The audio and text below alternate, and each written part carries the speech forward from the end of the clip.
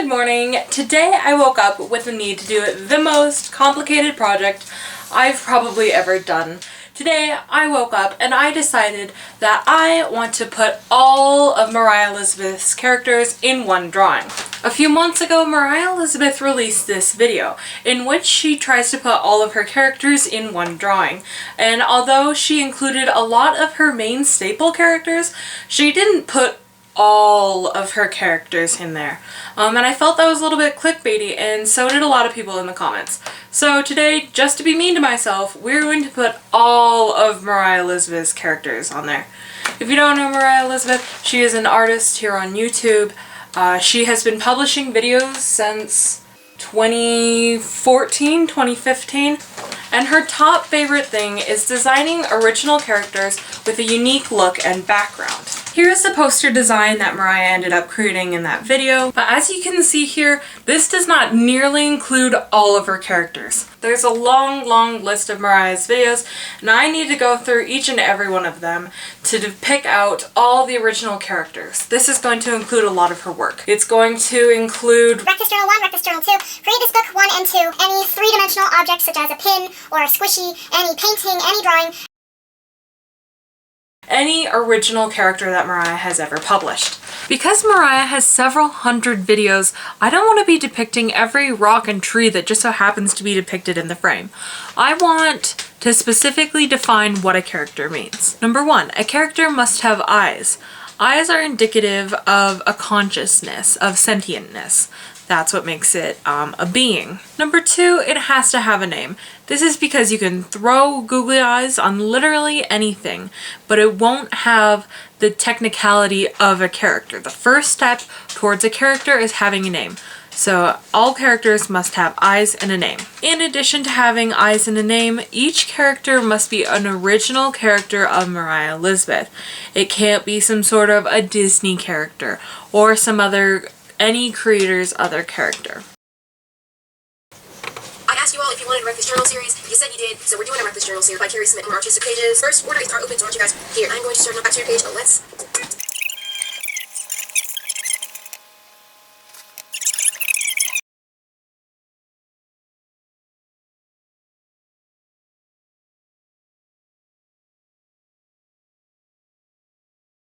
Hey, so I've been at this for about 2 hours now, and I think I finally decided on the best way to organize it. So first off, I have this Google Doc titled All Moriah Elizabeth Characters, and I'm organizing them by year with a quick photo of them, a screenshot, their name, place where they came from, like Create This Book or Wreck This Journal, and then the video that they came from, and then obviously a little picture of them. So I'm moving on to 2017, and I've got all the videos queued up, right? Here's how many videos there are.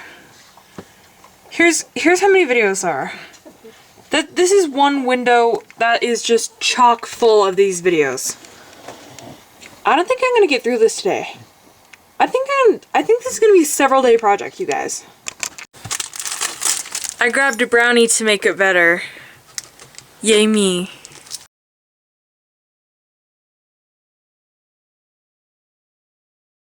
Hi, hello. So I was going to talk to you when I finished 2018, but I've recently approached a dilemma. So if you've been around for a hot minute, you'll know that one of the most famous character sets of Moriah Elizabeth is her peanut butter and jelly hamsters. But here's the question.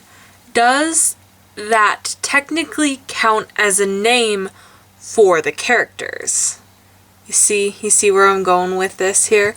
Because they don't have human-esque names, which is what I was defining a name as, yet they're clearly a recognizable Moriah Elizabeth character. So do I include the peanut butter and jelly hamsters? So I'm going to throw it on the character list for now. A few moments later. So I think my final decision is I am going to include well-known characters. A well-known character is defined by making an appearance more than once. So appearing as a drawing in another video, or as a merchandise item, or something of that nature. My thought process here is that if the character is reoccurring, it means it was well liked enough to be associated with the Moriah Elizabeth brand, thereby defining it as a Moriah Elizabeth character. You see where I'm going with this? You see where I'm going with this? And moving forward, I'll just make a jot down of all the characters that I know make a later appearance, because they're pretty well loved. But this begs the question, do I then include the really offbeat characters with my original definition? For example, on my list we have Gretchen Edith Gibson from This Is Not a Book on the Secret Identity page. Does Gretchen technically qualify with eyes? Yes. Does Gretchen have a name? Yes. However, Gretchen has never made another appearance since This Is Not a Book and is hardly known, let alone widely beloved. So, my question to you guys is, do I include niche characters like Gretchen? I think I'm going to leave her on the list, but do I include her in my final drawing?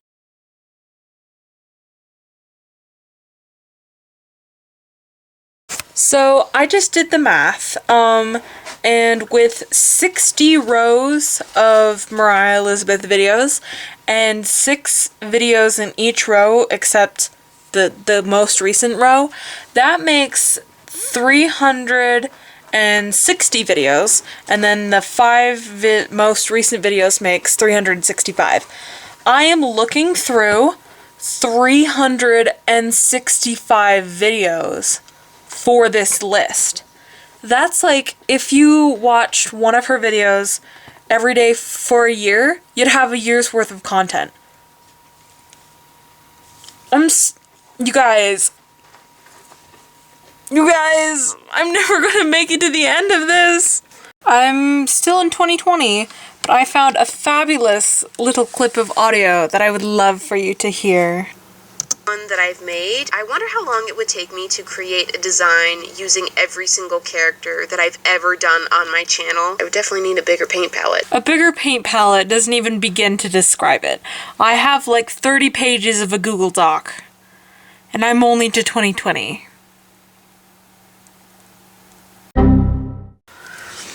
Update. It's Friday. Moriah just posted another video. She put more characters in it, and I'm realizing that I am going to have to keep adding to this drawing, potentially forever. So, I don't know, pray for me or something. I found it. I found the video. You mock me. Well, I tried. You mock my pain. You mock my pain. So today I finally finished my Google Doc of all of the Moriah Elizabeth characters, and I am more than ready to get started on this project. Hi, welcome to the voiceover part of this session. I finally got my wish come true. I finally got to start drawing. That was an exciting day for me. It was less exciting when I was looking back on the Google Doc and I found out I had over 200 characters to draw. That was not a highlight in my life.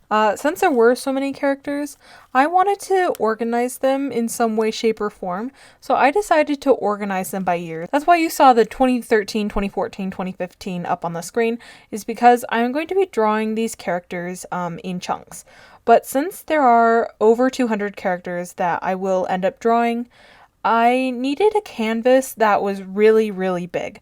So obviously I can't bind a real life canvas like that, so I needed a digital canvas. The problem with traditional apps that you usually hear associated with digital art like Procreate, I love using Procreate, is that it is a limited canvas. There are only so many pixels on the screen that it can render at one time. So I needed a canvas that not only can I put 200 well-detailed characters on, but one that I can potentially add on to characters forever. Moriah Elizabeth has announced that she never really has a retirement plan, so this project could potentially be never-ending, and that's a little bit overwhelming for me. but we'll just take it one little step at a time, starting at 2013. So this app is called Endless Paper. As I showed in the example, Endless Paper, you can zoom in an infinite amount of times and out an infinite amount of times, mathematically infinite. And it's doing this because of vectored lines. So when you're using a traditional drawing program, I'm just going to use Procreate as an example. I see artists use Procreate all the time.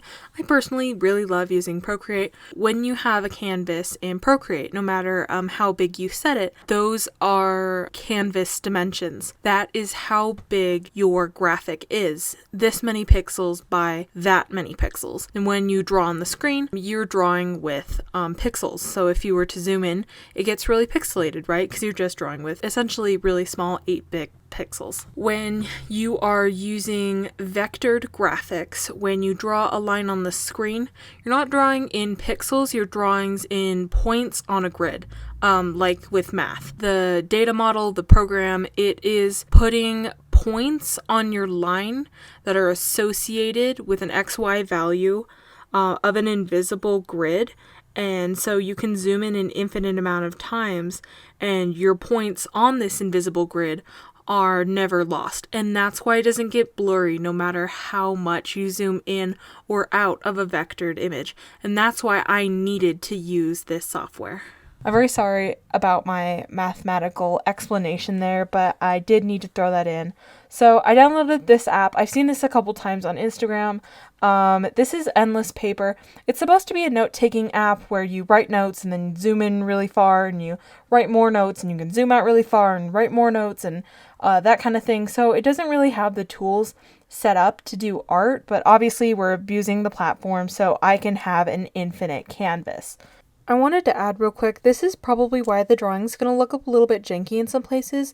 That's because the tools that Endless Paper came pre-equipped with are not supposed to be used for drawing, they're for note-taking. So I kind of had to improv a little bit, and obviously it's going to look a little bit jank. I'm not sure there's really any demand to see my Google Doc with all the 200 characters on there with the blurry screenshots from the videos, but hey, maybe someone wants it. So I'm going to take some time to clean it up. There's kind of notes everywhere and random things are highlighted, and it's kind of a mess right now.